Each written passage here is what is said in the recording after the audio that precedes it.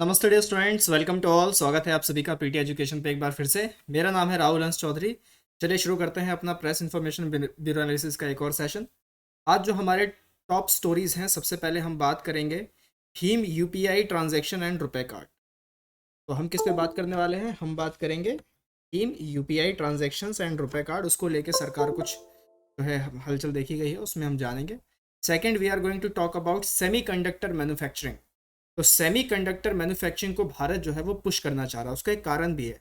कारण मैं आपको लिंक करके बताऊंगा। अमेरिका में अभी क्या हो रहा है कि महंगाई बहुत ज़्यादा बढ़ गई, और वो किस तरीके से कारण बनेगा सेमी कंडक्टर मैन्युफैक्चरिंग को भारत में पुश करने का, वो आप देखते रहिए मेरे साथ। Third, we are going to talk about the privatisation of banks. मुझे याद है अभी भी लगभग 8 महीने पहले मैंने आप एक वीडियो बनाया था, पीटी एजुकेशन के ही चैनल पर है, प्राइवेटाइजेशन ऑफ बैंक से ही रिलेटेड है। उसमें पूरी हिस्ट्री मैंने बताई हुई थी। तो वही चीज़ अब दोबारा आ गई है सामने। काफ़ी ज़्यादा हड़तालें भी चल रही हैं, प्रोटेस्ट भी चल रहे हैं बैंकिंग कर्मचारियों के। इस पर भी बात करेंगे। Fourth, legal age of marriage women, marriage age, legal age of marriage for women. Right, तो आप सभी को मालूम ही है जैसे कि जो लीगल एज था वुमेन की मैरिजेस का, उसको बढ़ा दिया गया है, 18 साल से 21 साल कर दिया गया है। तो उसको भी थोड़ा समझानेंगे। Fifth, water innovation challenge initiatives and then Samudrayaan project and finally MCQs for the practice. तो बिना किसी विलंब के शुरू करते हैं। इस सेशन में आप मेरे साथ ये सारी चीज़ें कवर अप करने वाले हैं अलॉन्ग विद द 3 एमसीक्यूज, और आज के 3 एमसीक्यूज मिला के हम अपना टारगेट इस वीक का जो 20 एमसीक्यूज का हमने रखा हुआ है वो हम कंप्लीट कर लेंगे। क्लियर? चलिए, सबसे पहली स्टोरी क्या है? सबसे पहली स्टोरी है Bhim UPI transaction and RuPay card. हुआ क्या है कि सरकार अब चाह रही है कि ज़्यादातर लोग डिजिटल ट्रांजैक्शंस करें, प्रोत्साहन करें। उसके लिए कुछ जो है मतलब छूट वगैरह वो देना चाह रहे हैं, कुछ इंसेंटिव जो है वो देना चाह रही है। The Union Cabinet announced that it has approved a scheme to provide incentives of small amounts for transactions done through the रुपए डेबिट एंड भीम यूपीआई। अब आपके जहन में सवाल आएगा कि सर यहाँ स्मॉल अमाउंट मतलब कितना स्मॉल अमाउंट, राइट? तो जो स्मॉल अमाउंट होना चाहिए वो 2,000 रुपये तक का स्मॉल अमाउंट होना चाहिए। अब सरकार इसको एक इंसेंटिव देगी तो खर्च भी तो पड़ेगा ना। सरकार अगर छूट दे रही है, देखिए छूट क्यों दे रही है सरकार? ताकि ज़्यादा से ज़्यादा लोग यूज़ करें इन चीज़ों का, जो है उपयोग ज़्यादा से ज़्यादा लोग करें, उस डोमेन में ज़्यादा लोग आए, उस प्लेटफॉर्म पे ज़्यादा लोग आए। अब छूट देगी तो उसमें सरकार का खर्चा भी आएगा। कितना खर्चा आएगा? तो इसमें 1300 करोड़ रुपए का खर्चा जो है वो बताया जा रहा है। The government will reimburse transaction charges levied on digital payment made by persons to the merchant as part of the merchant discount rate। ये भी हम डिस्कस करेंगे। यूपीएससी की परीक्षाओं में ये सवाल पूछा गया है, एक बार प्रीलिम्स में आ चुका है एमडीआर। तो ध्यान से आप सुनिएगा इसको बड़े प्यार से। According to a report, Indian digital payment industry is expected to reach $1 trillion by 2020। 2023 तो आने ही वाला है बस, राइट? 2022 अभी आ ही जाएगा कुछ ही दिनों के अंदर में। 2023 भी 2023 के आने की गाड़ी चल पड़ेगी। तो अब क्या है कि यही कारण है, सरकार हर चीज़ स्टडी करती है एडवांस और फिर उस हिसाब से वो कदम रखती है। तो एमडीआर इसमें जो बात आई है मर्चेंट डिस्काउंट रेट। तो मर्चेंट डिस्काउंट रेट क्या होता है? बेसिकली देखिए क्या है। आप हैं, आप एक शॉप पे गए, आपने वहाँ से पीओएस मशीन उठाई, पॉइंट ऑफ सेल मशीन। तो उसने बोला भैया कितने हो गए? तो मतलब आपने पूछा भैया कितने हो गए? उन्होंने बोला जी 100 रुपये हो गए। मान लीजिए पेट्रोल भराने का, पेट्रोल पे आजकल ज़्यादा हो रहा है। अब आपने कार्ड दे दिया, वो कार्ड इंसर्ट करेगा, आपसे कट तो कितना करेगा? 100 रुपये करेगा। लेकिन ये जो मशीन आ रही है ये फ्री की मशीन थोड़ी ना है। इसको कोई वेंडर ही तो वहाँ पे लगा के गया होगा ना कि भाई आप यहाँ से इस मशीन के ज़रिए आप कर सकते हो, उसका एक चार्ज वो लेगा। फिर आपने जो कार्ड लगाया, ये मान लीजिए ये कार्ड आपके पास रुपए कार्ड है, इसकी भी अपनी एक सर्विस होगी, उसका भी सर्विस चार्ज जुड़ता है।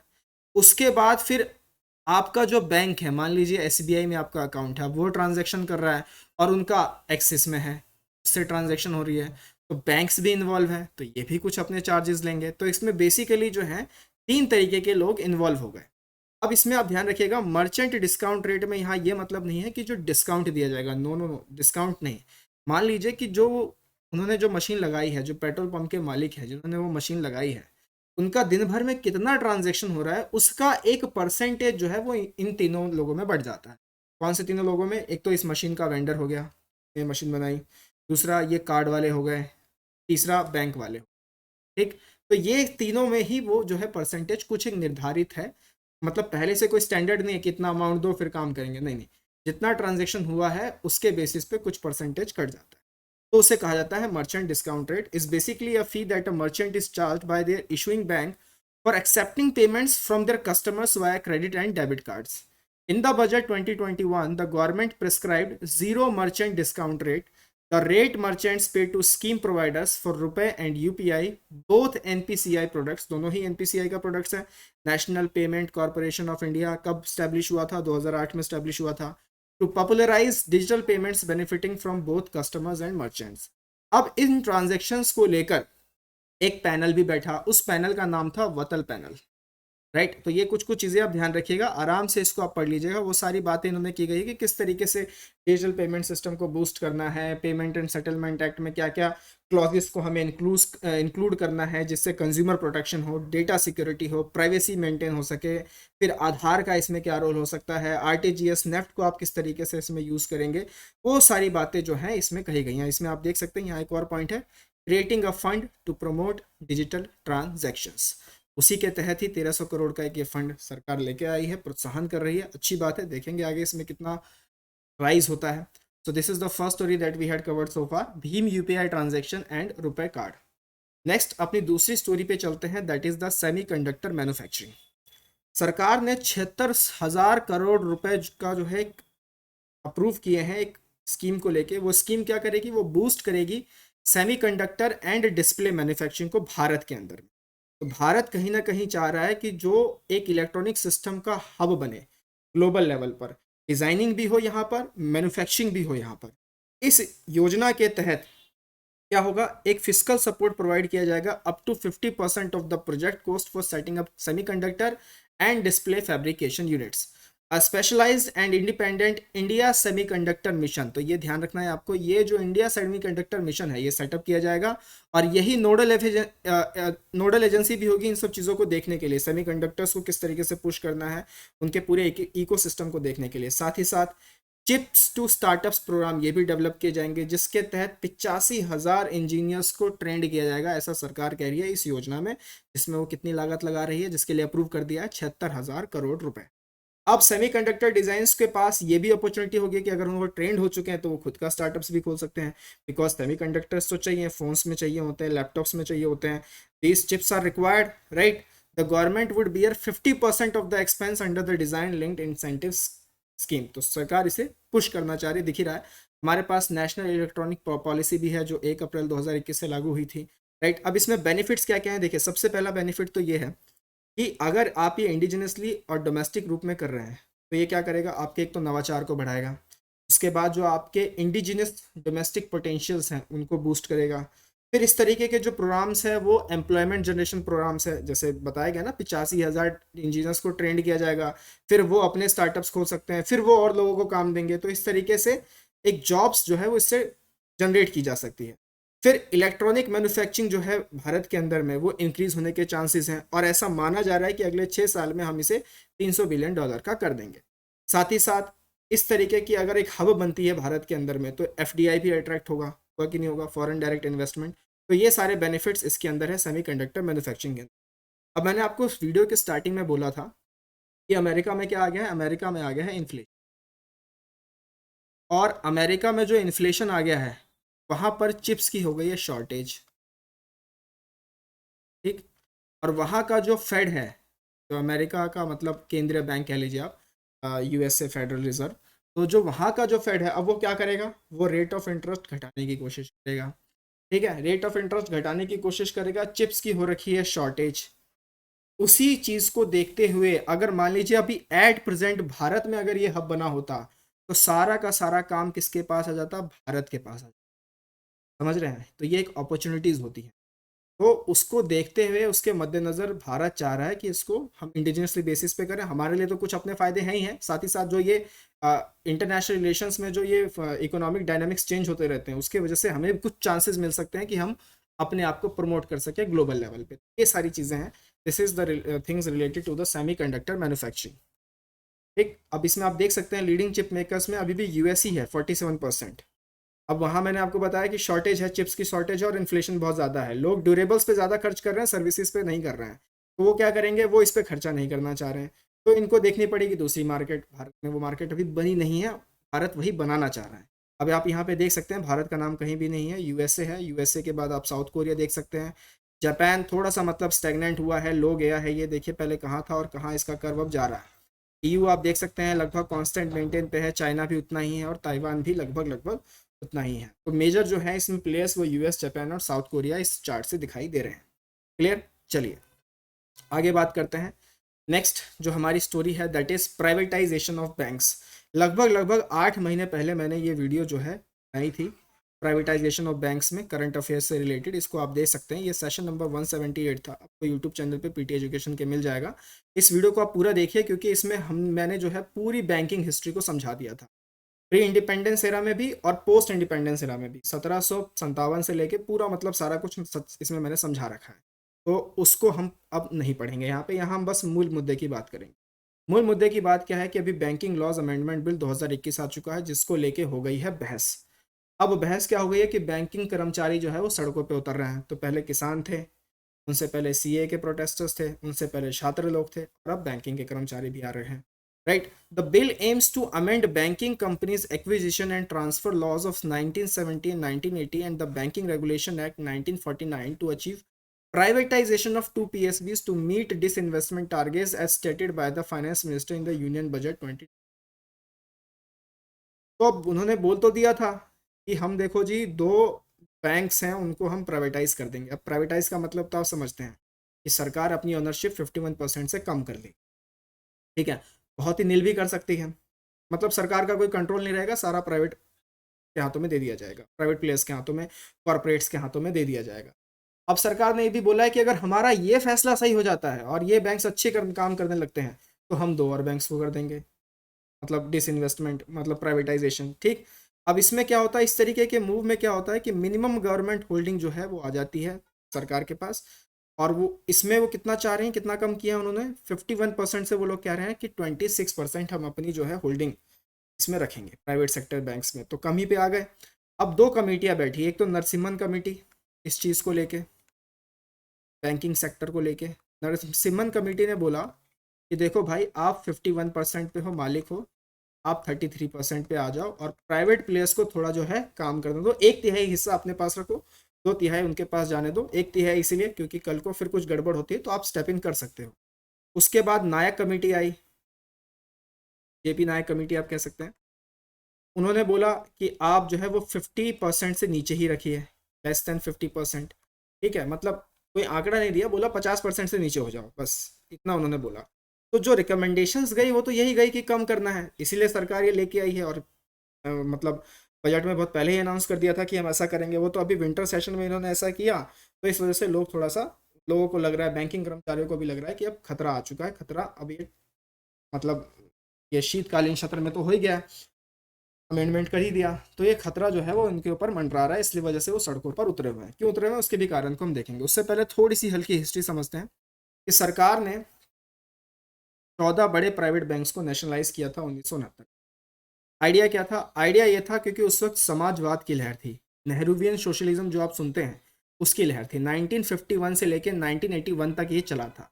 उसके बाद 1982 में ऑपरेशन फॉरवर्ड लॉन्च किया था इंदिरा गांधी ने, फिर राजीव गांधी जी आए, उन्होंने भी कुछ मतलब आर्थिक सुधार किए, फिर एलपीजी रिफॉर्म्स आ गए। तो 1981 तक जो था ये सोशलिस्ट अप्रोच था, आप समझ सकते हैं, सोशलिस्ट नेहरूवियन सोशलिज्म उसका अप्रोच था।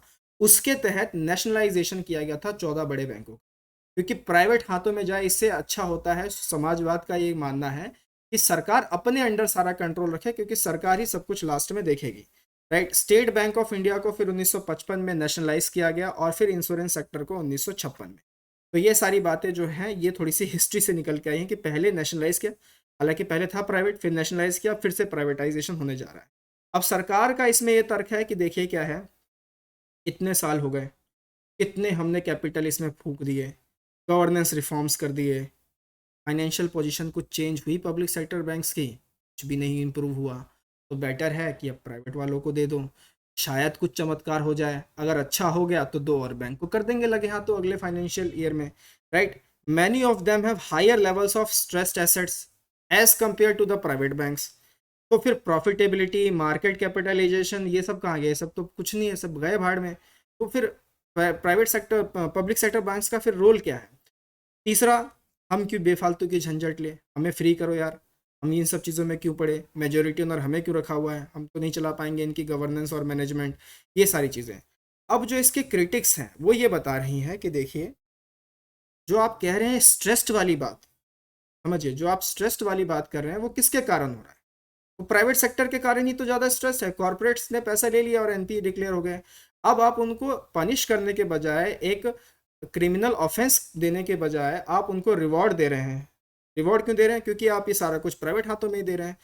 दूसरी बात कि ये किस तरीके से, अगर आप ऐसा करते हैं तो क्या ये सही होगा, नहीं होगा तो फ्यूचर की बात है। लेकिन एक चीज़ तो श्योर है कि ये क्रोनी कैपिटलिज्म को बढ़ावा देगा। जो लोग पहले धोखा कर रहे थे, अब तो उनके लिए धोखा करना आसान है, वो तो खुद का बैंक बना के बैठ जाएंगे। समझ रहे हैं? तो ये क्रिटिक्स बात कर रही है। साथ ही साथ आप फ्री क्यों होना चाह रहे हैं काम से? परसेंटेज आपके पास है ना, थोड़ा सा कम कर लीजिए। मैनेजमेंट अपने पास रखिए, गवर्नेंस को देखिए, वॉच डॉग तो रखिए कम से कम, एटलीस्ट पूरा का पूरा आप दे देंगे। फिर क्या होगा? चौथा उन्होंने बोला है कि जैसे ही आप इसका प्राइवेटाइजेशन करेंगे तो फिर जो बैंकिंग सेक्टर में जो जॉब्स हैं वो श्रिंक होने स्टार्ट हो जाएंगे, जॉब लॉसेज होने शुरू हो जाएंगे। फिर कौन एग्जाम कंडक्ट कराएगा? फिर वहाँ पे लिंक्स के थ्रू काम चलता है। मतलब मैं इसको जानता हूँ, इसको ले आया, ठीक है भाई तुम काम कर लो, काम वाम सिखा दो भाई, इसे कैसे एमआईएस सिस्टम पे काम करते हैं, सिखाओ इन्हें। ठीक, तो ये सारी बातें, ये अब सारा जो है बहस मुद्दा गरमा रहा है। क्या होगा आगे बात करेंगे। रोड अहेड क्या है? Rather than blind privatisation, public sector banks can be made into corporation like life insurance corporation while maintaining government ownership. This will give more autonomy to public sector banks. तो ये सारी जो है बातें हैं privatisation of banks को लेके। इस पे एक बहुत ही खूबसूरत आर्टिकल है, जून में आया था, ये जून 2021 में, the move to privatize banks, right. और ये वीडियो है जिसमें मैंने पूरी बैंकिंग की हिस्ट्री बता रखी है, प्री इंडिपेंडेंस से लेके पोस्ट इंडिपेंडेंस एरा तक। उनको आपको देखना है और जानकारी के लिए आप इसमें देख सकते हैं, इन्हें हम दोबारा पढ़ने अब नहीं बैठेंगे। नेक्स्ट अब बात करते हैं अगली स्टोरी की तरफ, that is legal age for marriage for women, right. अब इसमें क्या है कि एक कानून अमेंड किया गया, prohibition of child marriage act 2006 and other personal law. इसके तहत बोला गया कि जो लीगल एज है अब हम महिलाओं की 18 से 21 साल कर रहे हैं। बहुत मतलब खुशी की बात हो गई, बिल्कुल सही बात है, अच्छी बात है, आप उम्र बढ़ा रहे हैं, बिल्कुल सही बात है। The decision is based on the recommendation of the 4 member task force led by former Samata Party Jaya Jaitly. तो आप इसे जया जेटली कमेटी भी कह सकते हैं। थोड़ी हिस्ट्री में चलते हैं।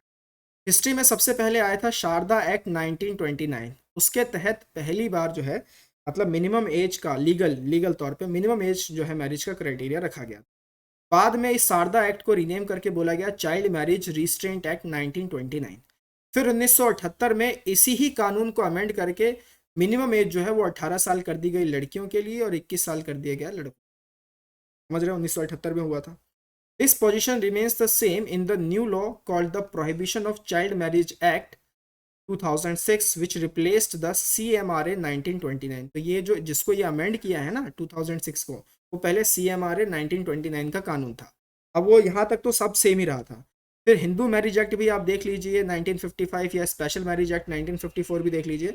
उन सब में भी जो है मिनिमम जो एज रखा गया है वो 18 साल रखा गया है लड़कियों के लिए, 21 साल रखा गया है लड़कों के लिए। ग्लोबल लेवल पे भी यही चीज़ चल रहा है, ऊपर नीचे 1-2 साल का फर्क है। ठीक, अब एक एक करके जो है प्रॉज और कॉन्स हम इसके देख लेते हैं, क्योंकि हमें तो दोनों तरह तरीके से समझना है, सरकार की दलील भी समझनी है और क्रिटिक्स क्या कह रहे हैं उनको भी समझना है। सबसे पहले जया जेटली जी को समझते हैं कि वो क्या कहना चाहते हैं, राइट। अब वो कह रही हैं कि इस तरीके के जो कानून है this will have good impact on the nutritional level of mothers and children. Child marriages आप कर देते थे, बच्चा पैदा करने की एज है नहीं और उनसे आप बच्चे पैदा करवा रहे हैं, तो उनके फिर न्यूट्रिशनल लेवल में कमी आती थी, उनके हेल्थ में कमी आती थी। इस तरीके का जो एक ये जो स्टेप है this is a kind of a progressive step. अब वो उनके न्यूट्रिशनल लेवल को भी बेटर कर सकता है, right. Second, this will increase gender parity and women as a mother will now take good decisions for her child. क्योंकि जैसे जैसे इंसान मैच्योर होता जाता है तो उसकी जो डिसीजन लेने की क्षमता होती है वो भी बढ़िया हो जाती है। आप 15-16 साल की उम्र में जो डिसीजन ले रहे हैं और 25-26 साल की उम्र में जो डिसीजन ले रहे हैं उसमें फ़र्क आ जाता है, राइट। तो मैच्योरिटी कहीं ना कहीं आती है। तीसरा, it will curb the menace of child marriages in India. अब इनका मानना है कि ये चाइल्ड मैरिजेज जो होते हैं भारत के अंदर में उसको बिल्कुल ख़त्म कर देगा, सब बढ़िया हो जाएगा। अब क्रिटिक्स क्या कहते हैं उनको समझते हैं। क्रिटिक्स का कहना है कि ये जो लॉ बनाया है आपने 18 से, माफ़ कीजिएगा, 18 से जो 21 कर दिया है, इससे चाइल्ड मैरिजेस रुकेंगे नहीं बल्कि ये और पुश किए जाएंगे। क्यों पुश किए जाएंगे? क्योंकि देखिए चाइल्ड मैरिजेस करता कौन है आज के टाइम पे? अगर आपके पास सब कुछ सही है, आप एम्पावर्ड हैं, तो आप चाइल्ड मैरिजेस थोड़ी ना करोगे। चाइल्ड मैरिजेस का मुख्य कारण होता है poverty, lower caste people, like, क्योंकि वो बिल्कुल पुअर जो पीपल हैं वो लोग चाइल्ड मैरिजेस को आजकल जो है वो बढ़ावा दे रहे हैं। अच्छे खासे घर के जो लोग हैं, जो एम्पावर्ड हो चुके हैं, वो चाइल्ड मैरिज पे तो अब जा ही नहीं रहे हैं।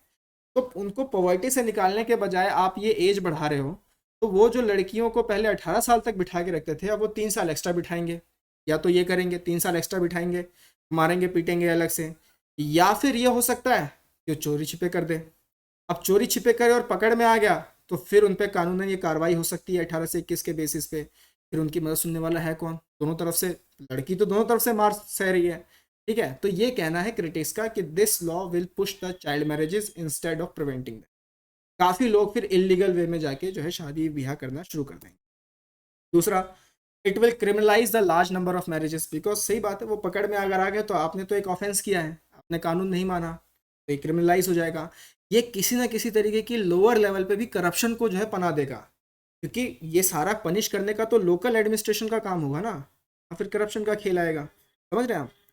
तीसरा, the law is totally centric towards raising the age and not towards alleviating poverty and illiteracy. तो ये सारी बातें जो हैं इसमें कही गई हैं।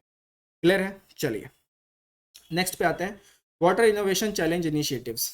इसका जो सेकंड एडिशन है वो इस बार अनाउंस किया गया है to address the global water woes through innovations. The initiative will engage young talents from leading universities and innovation hubs across the nation to build their skills and apply their technical disciplines and innovation capacity। तो ये सारी चीज़ें आप इसमें देख लीजिएगा। दूसरा addition था वाटर इनोवेशन चैलेंज का। मेन मुद्दे की बात यह है कि इसको अनाउंस किसने किया है। It was announce by the Atal innovation mission AIM, Niti Aayog and the royal embassy of Denmark. ये 3 लोग इसमें शामिल है as a part of Indo Danish bilateral green strategic partnership in 2020। तो ये जो कीवर्ड्स है ना, ये आप थोड़ा सा ध्यान रखिएगा। Indo-Danish Bilateral Green Strategic Partnership 2020. This collaboration will provide solutions to improve sustainable water supply in India at the global level। अब इस तरीके के इनिशिएटिव्स क्यों चाहिए? क्योंकि अंडरग्राउंड जो वाटर का लेवल है वो डिप्लीट होता जा रहा है, ड्रिंकिंग वाटर अनसेफ हो रखी है, बहुत सारा वाटर लेस हो रहा है, वाटर लॉस हो रहा है due to inadequate sewage system in India, access to water and untreated water, waste water polluting India's major rivers. तो ये सारी चीज़ें हैं जिसके वजह से ये इनिशिएटिव्स को लॉन्च करने की जरूरत है। इसमें 3 लोग शामिल है, ध्यान रखना है आपको, अटल इनोवेशन मिशन, नीति Aayog and royal embassy of Denmark. And the final story that is Samudrayaan project. Basically एक ये डीप ओशन एक्सप्लोरेशन है, जिसमें ये बेसिकली मैंड, मतलब इसमें आदमी लोग भी जाएंगे। So this is a kind of a manned scientific submersible deep ocean exploration mission, right. Government of India द्वारा इसको लॉन्च किया गया है। इसका नाम क्या रखा गया है? समुद्रयान। इसमें कौन कौन शामिल है? National institute of ocean technology, जो कि एक ऑटोनोमस इंस्टीट्यूट है under the ministry of earth sciences, had developed and tested a personal sphere for a manned submersible system for 500 meter water depth rating. तो ये कुछ जो है आंकड़े ध्यान रखना, 500 मीटर के डेप्थ तक में जा रहे हैं। अब इसमें कुछ और जो है साइंटिफिक कुछ चीज़ें हैं। सारा जो रिसर्च होगा, इसमें रिसर्च वेसल जो यूज़ किया जाएगा सागर नीति किया जाएगा ड्यूरिंग अक्टूबर 20 किया गया था, माफ़ कीजिएगा, किया गया था 2021 अक्टूबर 2021 में।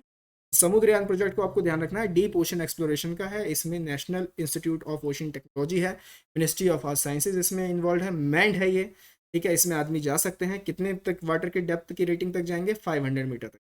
क्लियर है? चलिए अब बात करते हैं एमसीक्यूज़ की तरफ। वीक 4 का हमारा आज आखिरी सेशन है और इसमें हम एमसीक्यूज़ को आज कवर कर लेंगे, अपने 20 एमसीक्यूज़ को। कल जो हमने आपके साथ एमसीक्यूज़ किया था उसका आंसर दे देते हैं। हमने सबसे पहले आपके साथ ये सवाल पूछा, treaty on mutual legal assistance in criminal matters. पहला अगर आप स्टेटमेंट पढ़ेंगे, it allows for the exchange of evidence and information in criminal matters between the signing countries, that is held between India and Poland. तीसरा, India has entered into a mutual legal assistance treaty with Poland. तो पहला और तीसरा तो सही है। The ministry of external affairs is the nodal minister, ये गलत है। यहाँ पर क्या आएगा? यहाँ पर मिनिस्ट्री ऑफ एक्सटर्नल अफेयर्स नहीं है, this is the ministry of home affairs. Home affairs इसमें शामिल है, तो दूसरा हो जाता है गलत। एलिमिनेशन टेक्निक से दूसरा हटा दीजिए। सही आंसर क्या आएगा? Option C. 16 पे आते हैं, संपन्न प्रोजेक्ट, ये किसने लॉन्च किया है? तो basically this has been launched by ministry of communication. ये कुछ चीज़ें आपको ध्यान रखनी है। फिर which of the following has recently become Asia's first festival to achieve recognition as UNESCO intangible cultural heritage of humanity? And the correct answer here is option C, that is Durga Puja. आज के सवाल आप लोगों के लिए लिस्टेड है। सबसे पहला, विहंगम प्लेटफॉर्म हाल फिलहाल न्यूज़ में था, ये किस चीज़ से रिलेटेड है? हमने कवर अप किया है अपने पीआईबी के सेशन में। Then 6th schedule under article 244, उस पर सवाल है। 3 स्टेटमेंट है, कौन सा स्टेटमेंट सही है ये आपको बताना है। आराम से वीडियो को पॉज कीजिए, सवाल को ध्यान से पढ़िए, lock your answers and just comment in next water innovation challenge, मैंने आज आपको पढ़ाया, सेकंड एडिशन था। तो इसका जो वाटर इनोवेशन चैलेंज है ये किसके द्वारा लॉन्च किया गया है? 4 ऑप्शन से आपके सामने, बताइएगा किसके द्वारा इसे लॉन्च किया गया है। पीटी के सब्सक्रिप्शन कोर्सेज ऑन है दोस्तों। एनरिच कंटेंट है level 1 CA booster premium, level 2 power of 10। साथ ही साथ यूपीएससी के सेल्फ प्रेप कोर्सेज हैं ऑनलाइन बेसिस पे। डिस्क्रिप्शन बॉक्स पे पूरा पूरा लिंक है, जाइए चेकआउट कीजिए, एनरोल कीजिए अपने आप को, आपको बहुत मजा आएगा इन कोर्सेज में। सिविल तपस्या का पोर्टल है, बिल्कुल सागर है, इसमें आप जितने गोते लगाएंगे आपको उतनी ही ज्ञान की प्राप्ति। मिलेंगे अगले सेशन में दोस्तों। टिल देन टेक केयर, नमस्ते, जय हिंद।